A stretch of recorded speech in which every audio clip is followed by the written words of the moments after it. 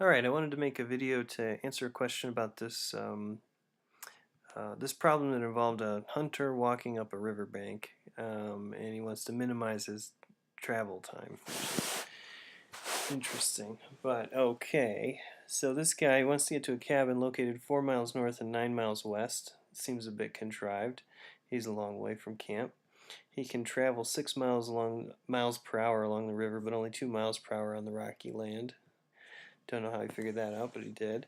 How far upriver should he go in order to reach the cabin in minimum time? Alright, let's see if we can figure this out.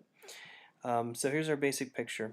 So here's what I set up as for a solution. I said he's going to walk X miles up the riverbank, and then he turns and walks about up this hypotenuse of a right triangle. And if you think about it, if you walked X miles this way, the leg of the right triangle right here is 9 minus x in length.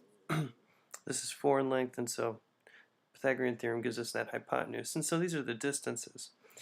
Now, the guy can walk 6 miles an hour left, right, and then he walks 2 miles an hour, well, in any other direction over here on the rocky terrain.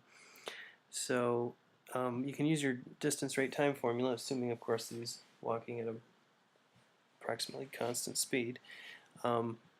So his time is distance divided by rate. So from that we get this time formula, time function. Time is a function of how far he walked up the river. So the first leg of it was this x miles, 6 miles an hour. That's the time for that part. The remaining part is a little bit tricky. It's this hypotenuse distance divided by 2, which is the 2 miles an hour that he walks across the rocky stuff. So this is kind of a hard model to work with, in particular when you take the derivative and then we have to solve for 0. So what I would suggest is actually don't multiply out what's underneath the radical. It turns out to be not too bad to do the problem algebraically if you don't multiply it out. So first of all, t prime, just 1/6 for the first term. For the second term it's pretty tricky because there's a few chain rules to do. So first of all, you got the 1/2 from the divide by 2. Next you're going to differentiate the square root function, so there's a 1/2 inside raised to the minus 1/2 power. Then taking the derivative of the inside underneath that radical, well, you differentiate the square, you get a 2, 9 minus x to the first power, times the derivative of the inside is where that minus sign right there comes from. That would be an easy one to miss. Now, you got to solve where t prime is equal to 0 because we're trying to minimize the time.